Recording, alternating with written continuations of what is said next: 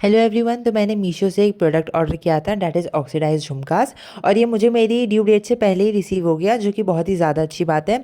और इनकी पैकेजिंग इतनी ज़्यादा अच्छी होती है कि कोई भी प्रोडक्ट ख़राब होने का तो कोई मतलब ही नहीं है। वाओ। एंड जस्ट सी दी झुमकास, मैंने 6 झुमकेज ऑर्डर किए थे जस्ट फॉर ₹170। हर एक झुमका अपने आप में बहुत यूनिक है, बहुत ही ज़्यादा ब्यूटीफुल डिज़ाइंस है। बिल्कुल भी कहीं से भी कोई भी डिज़ाइन ख़राब नहीं है। आप इतने कम प्राइस में और क्या ही एक्सपेक्ट कर सकते हैं। जस्ट सी दी एलिगेंस, इनकी शाइन, इनकी चमक इतनी ज़्यादा अच्छी है कि ये हर एक आउटफिट के साथ अच्छे लगेंगे। तो मैं तो यही सजेस्ट करूँगी, इन्हें जल्दी से ऑर्डर कर लो। Comment me for link, subscribe and like.